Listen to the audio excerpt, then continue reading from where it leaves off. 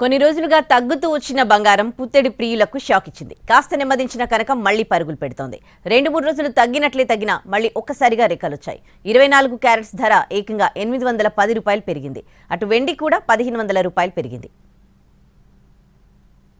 భారతీయులకు బంగారం అంటే ఎంత ఇష్టం ఉంటుందో ప్రత్యేకంగా చెప్పాల్సిన పని లేదు.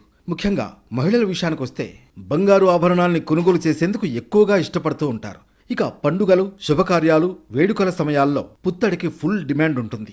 ఈ సమయంలో డిమాండ్కు తగ్గట్లుగానే రేట్లు కూడా గరిష్ట స్థాయిల్లోనే ఉంటాయి.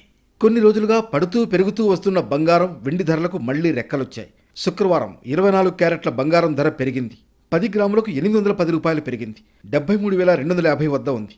గురువారం రోజు 200 రూపాయలు పెరిగితే శుక్రవారం మాత్రం ఏకంగా 4 రెట్లు పెరిగింది. ఇక 22 క్యారెట్ల బంగారం 10 గ్రాములు 750 రూపాయలు పెరిగింది. దీంతో 67,150 రూపాయలకు చేరింది. అంతర్జాతీయ మార్కెట్ కామెక్స్లో స్పాట్ గోల్డ్ ఔన్స్ ధర $28 పుంజుకుని $2,360 వద్ద స్థిరపడింది. అంచనాల కంటే యుఎస్ మ్యాక్రో డేటా బలహీనంగా ఉందని నిర్ధారణకు రావడంతో ఇన్వెస్టర్లు బంగారంపై పెట్టుబడులకు ప్రాధాన్యమిచ్చారు. 2024లో కనీసం 2 సార్లు యుఎస్ ఫెడ్ రిజర్వ్ వడ్డీ రేట్లు తగ్గిస్తుందన్న అంచనాల మధ్య బంగారం ధర పుంజుకుందని నిపుణులు చెబుతున్నారు.